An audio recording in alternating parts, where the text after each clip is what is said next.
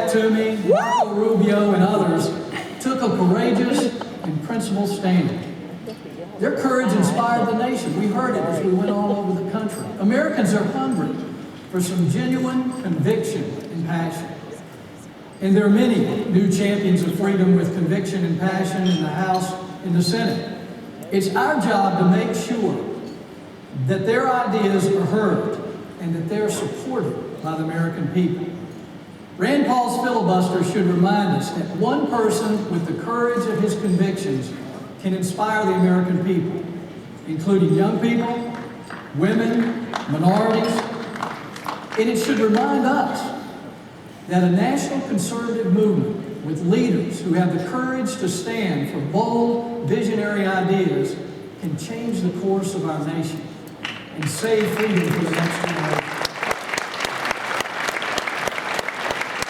After the last election, a group of downcast conservative leaders here in Washington asked me to speak to them about the future of the conservative movement. They wanted to know what conservatives should do. And my answer was simple. Get up, spit out a few teeth, wipe the blood off your lip, and get back into the fight. That's what we got to do. Our situation is a lot like the boxer who had been knocked down many times in the third round. He was bloodied and could hardly get up off the floor before the referee counted him out. He was about to get knocked down again when he was saved by the bell. He stumbled to his corner, collapsed on his stool. That's when his manager whispered in his ear, "You've got him right where you want him."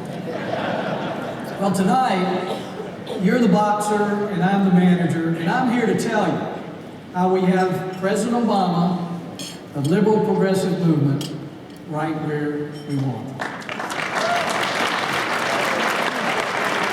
Now, to understand where we are as a movement and our path forward, we must remember that there is a distinction between the Republican Party and the conservative movement.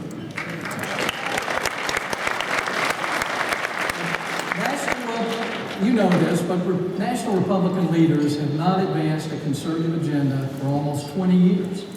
Not since the first years of the Republican Revolution in the 1990s, when welfare reform and a balanced budget were passed, have Republicans in Congress seriously championed conservative ideas.